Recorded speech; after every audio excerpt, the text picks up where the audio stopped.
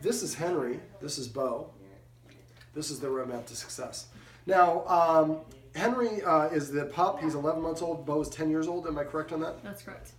All right. So basically, he barks ferociously, and he thinks he's in charge of security. He's just starting to follow his lead a little bit. And so basically, one of the first things we talked about was exercise. The dogs are exercised. I'm not worried about the exercise so much as the structure in this house. They didn't really have a lot of rules. They weren't allowed the furniture, but they didn't have a lot of other rules. And as a result of that, I think they saw themselves as peers with their humans, or in some cases superior to their humans, because every time they came near the humans started petting them. So anything your dog's doing when you pet it is what you're reinforcing. And if the dog comes up and nudges you and you pet it, you're training the dog the way to get me attention from me is nudging me, kind of like what he's doing right here. Now I have high value training treats in my hand, but you're creating a competition for them to try to do the wrong thing. So I'm using these treats here just to keep them in the shot. But basically, one of the things, I'll start with one of the last things I went over. I like the family members to get in the habit of pulling out one treat and walking to a different part of the house and then saying come or sit or whatever it is. Whoever sits first, whoever comes first, gets the treat. Whoever comes second doesn't get anything. After a while, the second dog will start responding better to get that reward. Then if you get the dogs both responding at the same time, then you can go back to giving them both a treat. But this is a great way to provide motivation for the dogs to do what we want them to do. Okay, let me see. What did we go over? Petting with a purpose. Petting your dog is your way of paying your dog. If you are petting your dog every time it nudges you or invades your personal space or barks or jumps up on you, those are the things you're training your dog to do. So next time the dog nudges you, tell it to sit. Give it a counter order. As soon as it sits, then pet it under his chin and say the word sit. Not good boy, not good Henry, good Hendry, or any of those things, but just the command word only. If he's already sitting, ask him to lie down or ask him to sit over here. He has to do something to change his state in order to get a reward or attention from the human. After a while, like we talked about, the dog will come up and start sitting in front of you to prepay for attention. And when he does that, we want to make sure we do acknowledge that, because otherwise he's going to stop doing that behavior. But just like when we have kids, we want to reward them for desired actions and behaviors. Don't zoom in and out, or I might have messages pop up. Okay. Nope. Okay. I was just making sure it was focusing. All right. So let me see. Petting with a purpose is one of the easiest things you can do if everyone gets a habit of doing it. So if we come in the room and see that somebody's petting the dog without a purpose, we say, paycheck. That person has to stop petting. We tell the dog to sit. When he sits, we pet him on his chin, say sit. Then we turn to our whoever it is and say, I asked him to sit before he came in the room, and when he heard the door close, he got up, and David said that's allowed. You can pet your dog for hours. All it has to do is do something, either prepay for it or do something to change its state to get that affection first. Now, the other thing we went over is the absolute easiest way to train your dog, which is something I call passive training. Sit, which is a perfect example right there. He sat on his own. I was hoping that Beau would do it here. But basically all it is we just simply reward the dog, crash. So if you want to make the word crash, every time the dog does the act on its own, we just within 3 seconds pet it and say the command word.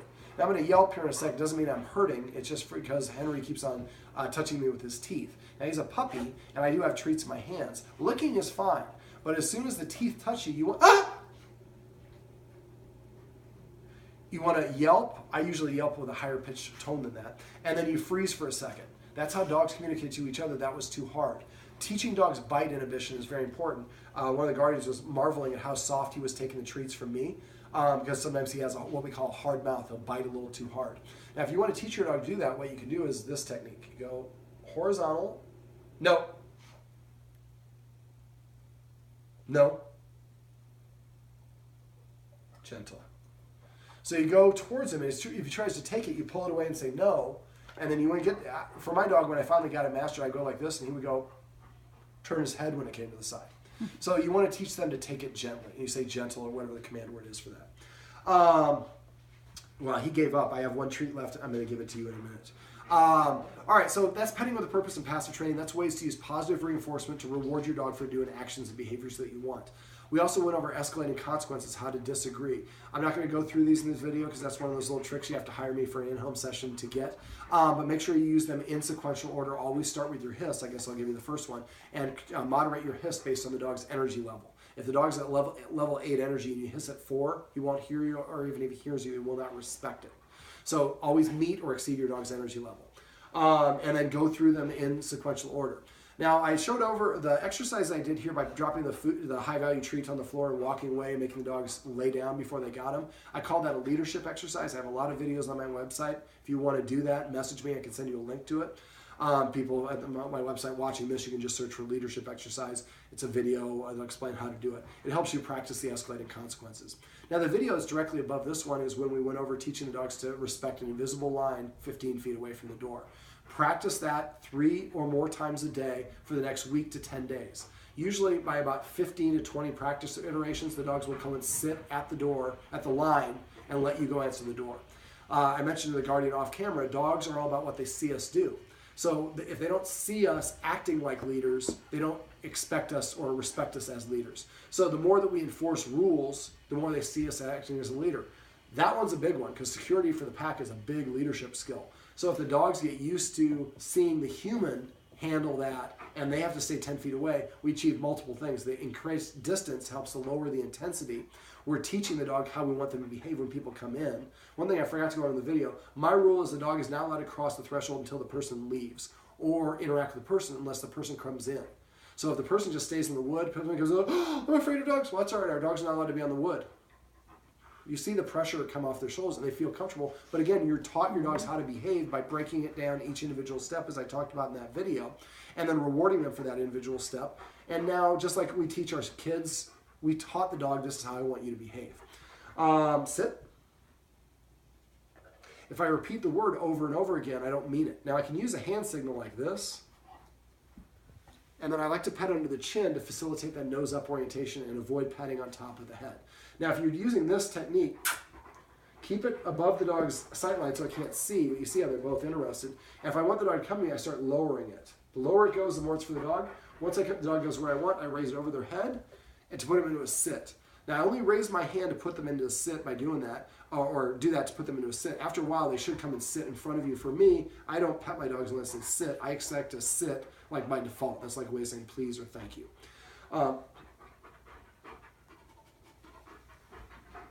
Don't fool them with that too many times because you see he's only done it a couple times and he's already hip to it. So we want them to make sure we do that at times where we don't have a treat. We can even pantomime. So watch this. Henry. So pantomime, but just don't overdo it. Otherwise, you'll get yourself in trouble. Let me see. We went through structured feeding. And for the door, remember to use the door if you need to. Change your environment. Like to keep the dogs out of the kitchen, we would practicing by using the bar stool or the kitchen table chairs. But we might get some wood or something like that so we can create a temporary barricade. And each time we move it a little bit closer, a little bit more open, so the dog eventually understands just because it's a complete open entryway doesn't mean that I can go towards them. I have to wait for permission for the humans. Now he does Henry doesn't like getting down out of a Jeep, but all the cars the family have are big, and he's got a shin split basically going on right now, and he's a big, heavy dog. So I think a ramp. If you want to test the ramp, what I would do is get a box, something that's very solid and good enough size, so that it's kind of half the step out of the Jeep, and put it down and see if he'll step onto that. Sometimes leave some treats on there, and I would do the same thing you guys did in the garage. Open the garage door. Or close the garage door, open the car door, put the ramp there, and I would put a treat or two there and put a handful of treats on the floor. We call that a jackpot. So you create more of an incentive for doing it. But don't over-encourage him to try to do it. Do it and then leave and go into the house. Leave the door of the garage open into the house if you can, so he creates more of an incentive. Yes, you really want this one treat. I'll give you the one because that's the last one we have. Very good. Remember, when we're saying when we're giving a treat, we always want to give the treat first, and the dog should hear the command word right after. Also remember, the dogs learn through repetition, consistency, and good timing. 3 seconds is your maximum window that you can pet or correct a dog for them to make the connection, but it has to be repeated a lot. That is a way of asking, and this is not a Bernese only thing. Everybody who has a purebred dog that joins a group on Facebook, they're like, oh, Bernese they're the only dog, the dogs do this. Every dog does this. This is a way of saying, give me, give me, give me. And it's also a dominance move.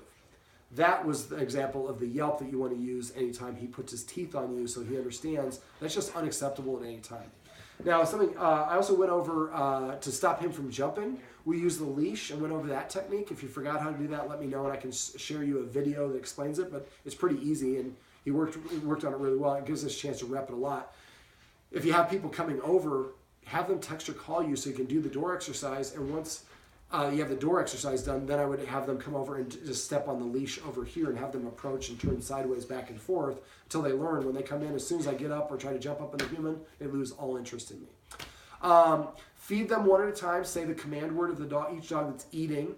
When it takes its first bite for about 1 or 2 months, and eventually you'll be able to say grub, and then just that dog knows he has permission to eat. It was hard to feed them. We moved it to the mudroom, and it was hard. The dogs were trying to come in. As you practice that, that'll get easier and easier. But use passive training. Come, which is just that. He came on his own. I just rewarded him for coming and just said the command word.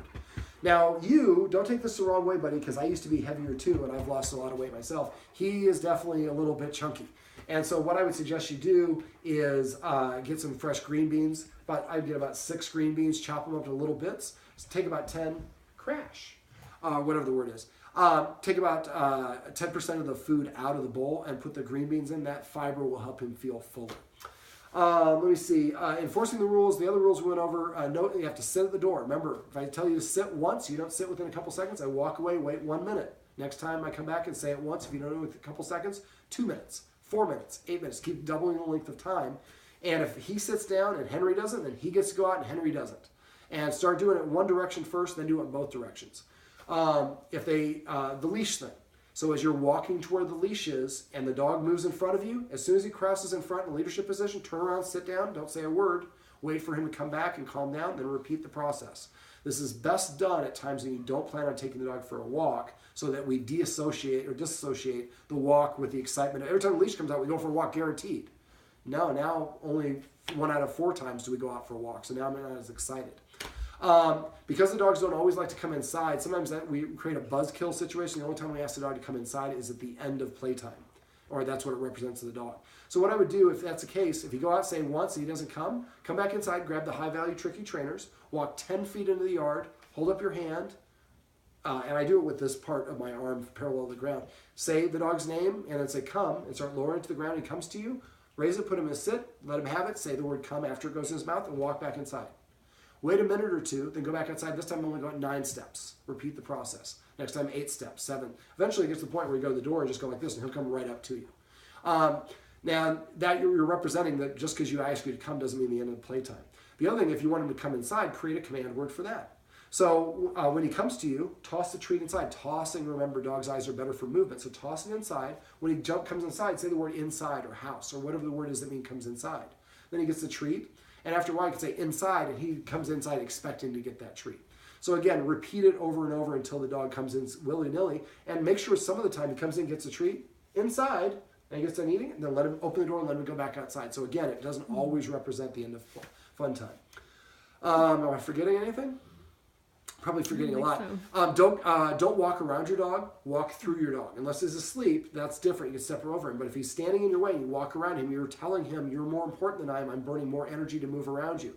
Bump into him until the dogs learn when a human comes, my job is to defer and get out of their way. It's going to be thanks. The furniture. What's that? The furniture. Okay. So the furniture rule, not allowing the furniture for, well, they're already not allowed the furniture. But if we get to the point that they're allowed in the furniture, we invite them up. And we have a ninja just walked across. We invite them up, and then they're only up there for good behavior. So if Beau's up here and hears something barking, or hears somebody starts barking, he has to get down.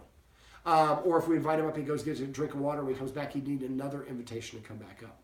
Also for the faux command, remember to do the faux command. So the thing that triggers him, getting him all worked up, make sure you say protect in conjunction with that, and after a while, you'll be able to say protect, and you have that faux protection command for him.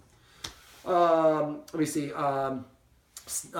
Burning the energy matters. So don't just sit there and say something to the dog. Stand up, walk towards him. Always, always, always follow through. For dogs, if you don't follow through, that's your way of saying, it doesn't matter enough to me to burn the energy to do it.